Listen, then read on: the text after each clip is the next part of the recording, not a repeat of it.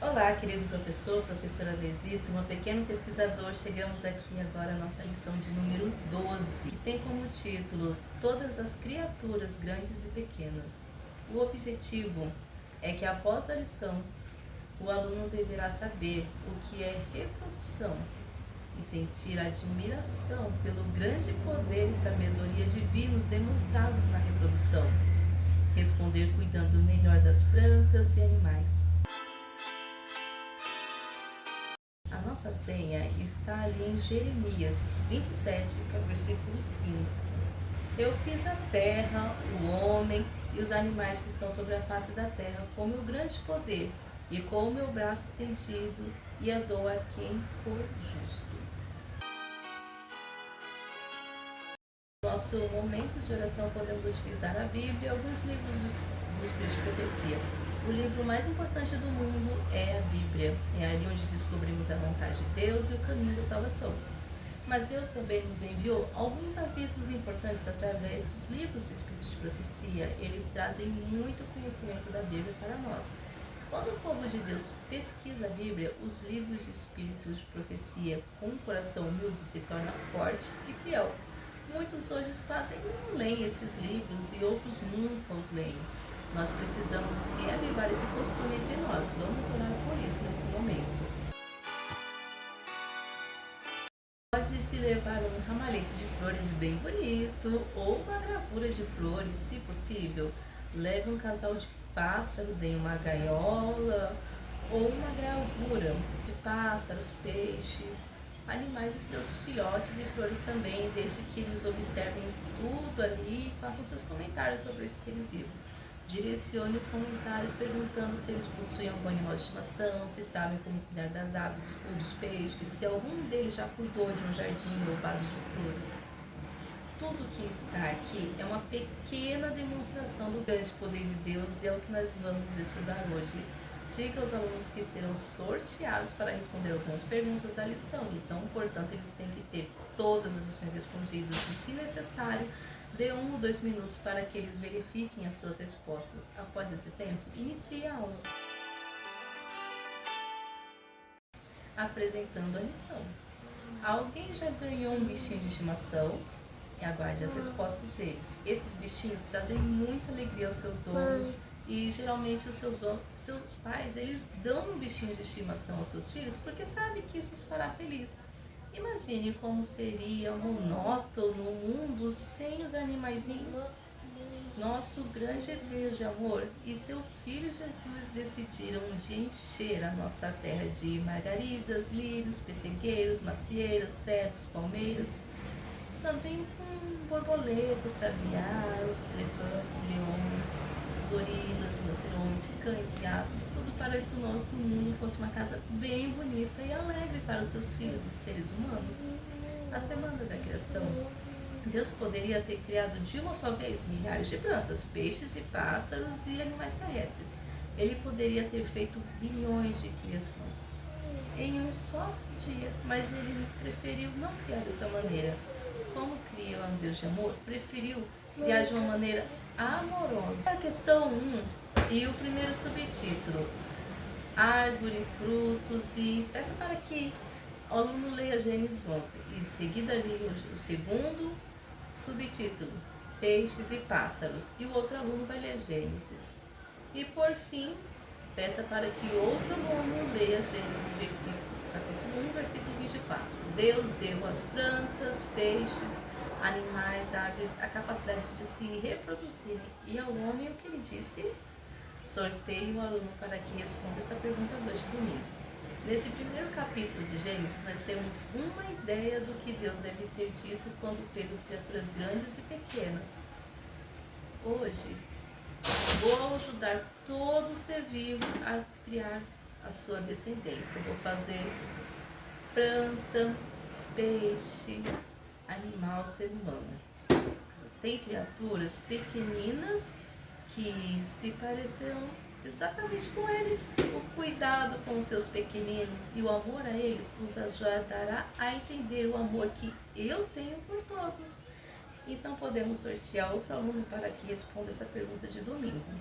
A resposta é dando a vida de Jesus pelo mundo. Jesus e Deus sabem que o verdadeiro amor consiste em dar algo de bom aos outros. Deus deu Jesus e Jesus deu a sua vida. E eles quiseram nos ensinar a alegria de dar amor. Por isso a criação, Deus colocou amor em cada ser vivo e o envolveu em pequenos pacotes de várias formas, tamanhos e cores. Cada espécie tem um pacote diferente e são chamados de semente.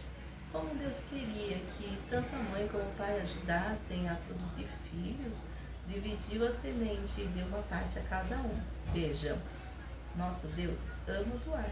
É por isso que ele fez cada flor, pássaro, peixe com mãe e pai, cada animal, com a capacidade de doar uma parte de si mesmo para que essa semente possa nascer. O opcional, nós podemos colocar uma venda em os alunos ou pedir que ele feche os olhos e coloque bem pertinho do rostinho dele um quadro com uma figura grande. E tire a venda e peça para que ele diga o que está enxergando. Depois peça para que ele se afaste e descreva o quadro. Com um quadro ou figura encostada no nariz, você não tem condições de entender o desenho, certo? Por isso, é preciso se afastar um pouco para conseguir ver o cenário completo. Muitas coisas são assim, nós precisamos olhar o conjunto inteiro para entender as partes. Antes de entendermos como Deus ajudou Adão e Eva a aumentar a sua ideia, vamos olhar para flores, pássaros, peixes e animais da terra. Corte ao meio uma fruta que tenha semente e mostre-as aos alunos. As sementes, quando são plantadas, podem crescer e tornar-se plantas adultas e produzir outras frutas como essa. E o que faz as sementes crescer? É o alimento, a chuva, o sol. É o agricultor que cuida dela. Tudo isso é importante, porém por si mesmas eles não podem fazer a semente crescer nem um pouquinho. É Deus quem dá o poder a cada sementinha para romper a terra. Ele desperta cada folha e flor para a vida. Que Deus cuidadoso. Pensem nos trilhões e trilhões de sementes que são plantadas no mundo e o nosso Pai Celestial dá vida a cada uma. E nunca se cansa de fazer o seu trabalho. Servir a outros com amor é a lei que governa o universo. Faça a pergunta 1 de segunda-feira pedindo que cada aluno diga uma semente comestível. Depois sorteie um aluno para que responda a pergunta 2 e outro a pergunta 3 de terça-feira. Resposta 2 é erva, espiga, grãos. A resposta 3, irrepreensível, sincero, inculpável, corrompida, estrelas. Mostre novamente as flores ou gravura de flores. O ideal seria ter flores verdadeiras e ir demonstrando para identificar cada uma das partes dela conforme está na lição. As flores mais adequadas para isso são lírio, azaleia, hibisco ou palma de Santa Rita. Diga-lhes, Deus criou as flores para o nosso prazer e a semente de muitas delas para o nosso alimento. Suas cores admiráveis e seu maravilhoso perfume atraem as abelhas e borboletas. Nos lírios e outras folhas semelhantes, nós vemos que as pétalas estão dentro de uma parte verde, semelhante a uma folha, denominada cálice. Mostre cada parte conforme a figura dela. Nós temos o pistilo, que é a mãe da flor, e está dividido em 3 partes: caule, estigmas e ovários. Os estigmas estão na parte de cima do caule e os ovários estão lá embaixo. O pai da flor está em pé ao redor da mãe. Seu nome é estanho e forma-se de 6 pontos finos ou filamentos. A ponta de cada filamento é chamada de antera e armazena um pó amarelo chamado pólen. Deus criou cada ser vivo para que ajude ao outro. As abelhas e borboletas visitam a mãe da flor e durante essa visita o pólen gruda nas asas e nos pés dos insetos. E assim eles carregam o pai da flor para a mãe da flor. Às vezes, leva para uma outra flor. E quando o pólen se apega à mãe da flor, ele desce pelo caule, chamado também de estilete ou ovário, e ali onde fica a semente da mãe. No ovário há muitos ovinhos brancos, então ali a parte da mãe e do pai se juntam e começam a produzir sementes. As sementes do lírio levam cerca de 1 mês para madurar. Quando o orvalho fica duro e seco, se abre, as sementes caem, os pássaros e o vento as espalham pela terra e elas nascem e crescem. Não é incrível como Deus fez? Com que todos ajudem para que cada planta produza seus filhos. Mostre a figura da flor e aponte para o cálice dela. Pergunte qual o nome dessa parte e repita o processo até relembrar todas as partes, especialmente o pai e a mãe da flor. Depois pergunte quem conseguiu encontrar as perguntas do caça-palavras e relembre com os alunos as lições que estudamos acima. Mostre o peixe ou figura de peixe. Os peixes eles têm uma forma diferente de se reproduzir. Quando chega a época da reprodução, eles costumam viajar até um lugar de encontro. Alguns peixes chegam a viajar 5.000 quilômetros através do oceano para se reproduzir. Outros viajam contra a correnteza dos rios, o que chamamos de piracema aqui no Brasil. O modo dos peixes formarem os filhotes é bem diferente das flores. Na época certa, eles fazem certos sinais com as barbatanas ou com o corpo. A mãe nada entre as pedras aquáticas e o pai nada logo atrás dela.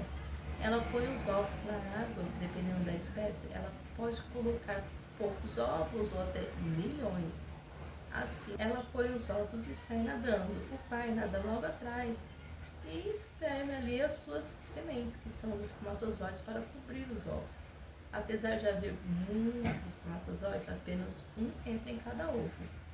Um espermatozoide acha um ovo e entra nele. Outro espermatozoide acha outro ovo e se junta a ele. E assim por diante. As duas partes se unem e depois de cerca de 2 meses nascem peixinhos. Eles já nascem cuidando de si mesmos e Deus cuida de todos. Sorteio agora um aluno para que responda a questão de quarta-feira. E ele apresente a resposta ali que é pessoal.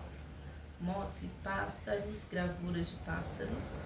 As mães e os pais pássaros demonstram muito amor aos seus filhotes. Os passarinhos, eles constroem uma pequena casa, chamada de ninho, para os seus filhos. Os filhotes de passarinhos são formados de um jeito parecido com os peixes. A mãe tem os ovinhos no corpo e o pai tem os espermatozoides. Quando chega o tempo de começar a vida, o pai voa para perto da mãe. Os dois têm uma entrada cuidadosamente protegida debaixo de sua cauda. Suas entradas se tocam e o espermatozoide do pai passa para dentro da mãe, onde se encontra com o óvulo. A mãe conserva os óvulos dentro do corpo até serem fertilizados. No tempo certo, ela os coloca no ninho e depois que os ovos saem, ela deita sobre os seus preciosos ovos, aquecendo-os com o seu próprio corpo. Se ela deixar o ninho por muito tempo, os ovos se esfriam e os filhotes morrem. Imagine como as mães dos passarinhos são pacientes. Elas ficam deitadas no ninho dia e noite por 2 ou 3 semanas. E os filhotes, eles comem todo aquele conteúdo dos ovos e quando eles estão fortes, crescidos, eles bicam a casca do ovo e saem. Faça a pergunta 1 de quinta-feira, dando oportunidade para que vários alunos falem o que encontraram e sorteie quem vai responder as perguntas 2 e 3 de quinta-feira. Mostre figura de filhotes de cachorro. Vocês já viram filhote de cachorro? Viram como as suas mães são cuidadosas e ciumentas? Elas não deixam ninguém chegar perto dos seus filhotes. Como acontece com outros animais, acontece com os cães também. As sementes de amor que Deus deu a essas criaturas estão divididas em 2 partes, macho e fêmea.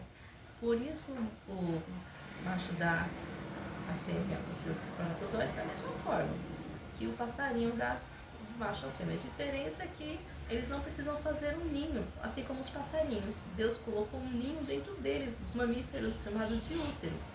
Então, o sangue carregado de nutrientes, oxigênio, chega ao filhotinho dentro da barriguinha da mamãe através do cordão umbilical. E é assim que ele é alimentado.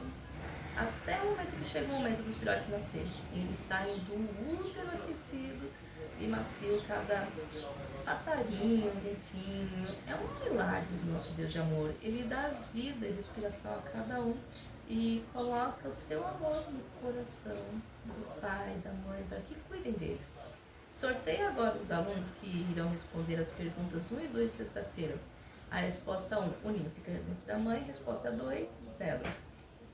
Dê carinhosamente uma flor pequena a cada aluno, pode ser uma margarida, um leite de leão, e pergunte: vocês gostam de ganhar presentes? Geralmente as mulheres gostam muito de ganhar flores, mas todos, homens e mulheres, podem apreciar a beleza das flores. Elas são mensageiras especiais de Deus e têm recados muito importantes para nós. Só que nós precisamos parar para observar e tentar ouvir. Vou tentar um tempo para vocês pensarem agora. Olhem bem para essa flor que vocês estão segurando e pense em que coisas elas podem estar ensinando a vocês sobre o amor de Deus. Sugestão: simplicidade, confiança, tranquilidade, bondade. Elas são belas para nos alegrar. Então, alegria, contentamento. Elas sempre estão felizes, sem ficar aborrecida como que as outras flores têm. Escreva sugestões da moça à medida que forem sendo mencionadas.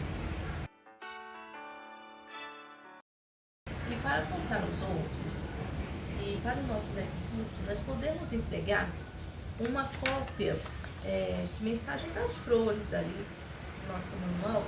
E enquanto eles trabalham nela, nós podemos dizer que Deus demonstra o seu amor a nós cada vez que uma flor desabrocha. Ele quer que nós transmitamos o seu amor ao outro. Então, dar o seu amor, uma flor a alguém, é uma forma de demonstrar amor. Essa semana, escolha alguém para dar uma demonstração de amor. Pode ser a mãe, ao pai, a um amigo, vizinho. Dê uma flor a essa pessoa acompanhada desse cartão. Com certeza vocês estarão ali trazendo um raio de sol para essa pessoa, que ficarão muito felizes também. E assim nós concluímos mais uma pré-aula. Que a paz do Senhor esteja com todos. Até semana que vem. Tchau!